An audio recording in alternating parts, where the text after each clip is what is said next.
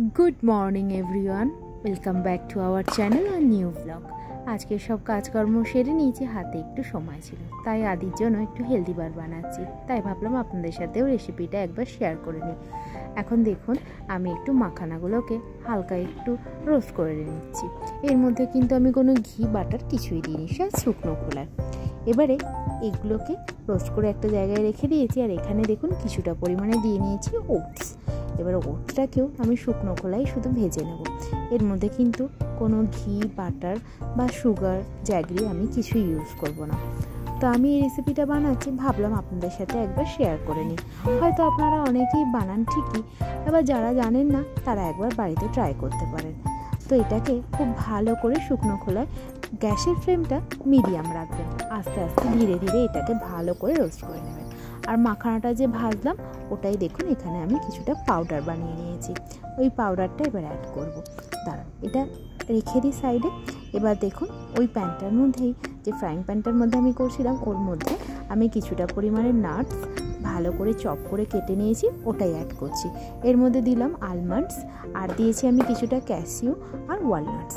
তো আপনারা চাইলে পিনাটও দিতে পারেন। আমি যেহেতু এটা পিনাট বাটার দিয়ে করব, আমি আর পিনাটটা দিলাম না। তো চলুন এগুলোকেও খুব ভালো করে একটু একদম মিডিয়াম ফ্লেমে রেখে আস্তে আস্তে রোস্ট করে নিই। জানেন তো, এটা আমি প্রত্যেক মাসেই আদির জন্য বানিয়ে ফ্রিজে রেখে দিই। তো এটা 1 মাসের মতন বানিয়ে নিই। আর দেখুন এখানে আমি কিছুটা ডেটস নিয়েছি, দেখতে পাচ্ছেন এই ধরনের ডেটস আমি এখানে কিছুটা পরিমাণে নিয়েছি। এবার এটাকেও মিক্সিতে একটা ভালো করে পেস্ট করে নেব। জল লাগলে সামান্য পরিমাণে একটু জল দেব, দিয়ে একদম সামান্য দিয়ে ভালো করে একটা পেস্ট করে নিই। দাঁড়ান, এটা যতক্ষণ পেস্ট করি তারপর আপনাদের দেখাচ্ছি। আর এখানে দেখুন কিছুটা আমি সিডস নিয়েছি। এখানে আছে সানফ্লাওয়ার সিডস, আর এটা হচ্ছে পামকিন সিডস। এটা তো জানেন হেলথের জন্য কত ভালো। এগুলো আমার ঘরেই ছিল, যেহেতু আমি ওর জন্য বানাই তাই জন্য আমার ঘরেই ছিল। তাই এগুলোকেও একদম শুকনো খোলায় ভালো করে একটু দাঁড়ান কিছুক্ষণ ভেজে নিই। এবার ওটা ভেজে তুলে রেখেছি। এখানে দিয়ে দিয়েছি কিছুটা সেসমি সিডস, মানে সাদা তিল আর কালো তিল। এবার এইগুলো যদি আপনাদের কাছে ঘরে না থাকে, যেটা যেটা থাকবে হাতের কাছে সেটা দিয়েও বানাতে পারেন। মেন হচ্ছে এখানে ওটসটা হচ্ছে মেন ইনগ্রিডিয়েন্টস, আর হচ্ছে পিনাট বাটার, আর লাগবে আমার ডেটস। তো এইগুলোই মেন। আর এখানে দেখুন কিছুটা পরিমাণে কালো কিশমিশ আর নর্মাল কিশমিশ আমরা দিয়ে দিলাম, মানে এই রেজিনসটা দিয়ে দিয়েছি আমি এখানে কিছুটা পরিমাণে। ওটাকে আর ভাজতে হবে না, জাস্ট ওটা আমি গ্যাসের ফ্লেমটা অফ করে দিয়েছি। এবারে দিয়ে ওর সাথে একটু নাড়াচাড়া করে নিচ্ছি। তো এটা ভীষণ একটা হেলদি রেসিপি, জানেন তো, হাই প্রোটিন হেলদি বার। তো দেখুন এটা আমি খেজুরটা এখানে পেস্ট করে নিয়ে ওই ফ্রাইং প্যানের মধ্যে দিয়ে দিয়েছি, দেখতে পাচ্ছেন। এই সময় কিন্তু আমি গ্যাসের ফ্লেমটা অফ রেখেছি। দাঁড়ান একে একে সব মিশিয়ে নিই। এবার দিলাম পিনাট বাটার। দেখুন এটা কিন্তু পিনাট বাটার। তো আমি এখানে পিনাট বাটার ক্রিমিটা নিয়েছি, আপনাদের কাছে ক্রাঞ্চিটা থাকলে ওটাও দিতে পারেন। তো এখানে পিনাট বাটার দিয়ে দিয়েছি। এবার এই দুটোকে খুব ভালো করে মিক্স করতে হবে, কিন্তু আমি এবারে গ্যাসটা অন করে একদম লো ফ্লেমে করেছি।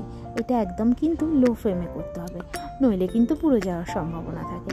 এবার ধীরে ধীরে এগুলোকে খুব ভালো করে একটু মিশিয়ে নিতে হবে কিছুক্ষণ ধরে। আপনারা যদি চান বাড়িতে একবার বানিয়ে ট্রাই করতে পারেন কিন্তু। তো আমি তো আমার ছেলেকে প্রায় সময় দিই, মানে প্রত্যেক মাসের জন্য যেহেতু বানাই বললাম, প্রতিদিনই একটা আধা করে ওকে দিয়ে থাকি। আর আমরাও মাঝে সাঝে খাই। দেখুন খুব ভালো করে এটা কিন্তু আমি ধীরে ধীরে মিক্সড করে নিয়েছি।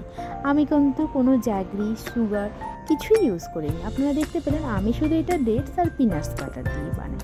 তো চলুন এটাকে খুব ভালো করে মিক্সড করা হয়ে গিয়েছে। এবার আগে থেকে যে ইনগ্রিডিয়েন্টসগুলো আমি ভেজে ভেজে সাইডে রেখে দিয়েছিলাম শুকনো করে, দেখুন ওগুলোই এর মধ্যে অ্যাড করছি। ওগুলো অ্যাড করে খুব ভালো করে আস্তে আস্তে একটু মিক্স করে নিতে হবে। ধীরে ধীরে মিক্স করে নিয়ে দেখুন হাত দিয়ে প্রথমে চেপে চেপে একটু ভালো করে এরকম স্কোয়ারের মতো করেছি, তারপর একটা স্প্যাচুলা দিয়ে চারদিক থেকে চেপে দেখুন এইভাবে আমি শেপ দিয়ে দিয়েছি।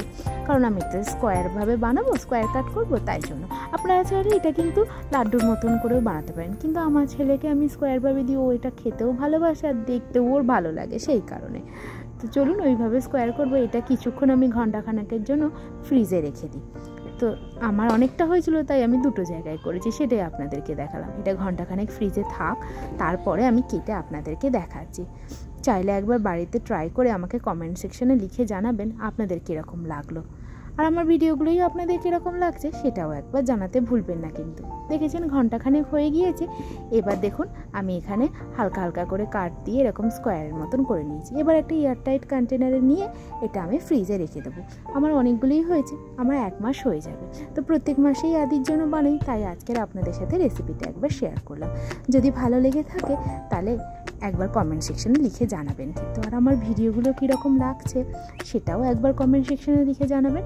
আর যদি আমার ভিডিওগুলো ভালো লেগে থাকে ছেড়ে যাওয়ার আগে একটা লাইক, শেয়ার, সাবস্ক্রাইব করতে ভুলবেন না কিন্তু। Please please please subscribe my channel. সকলে সুস্থ থাকবেন, ভালো থাকবেন, আনন্দে থাকবেন। দেখা হবে আবার একটা নতুন ভিডিও।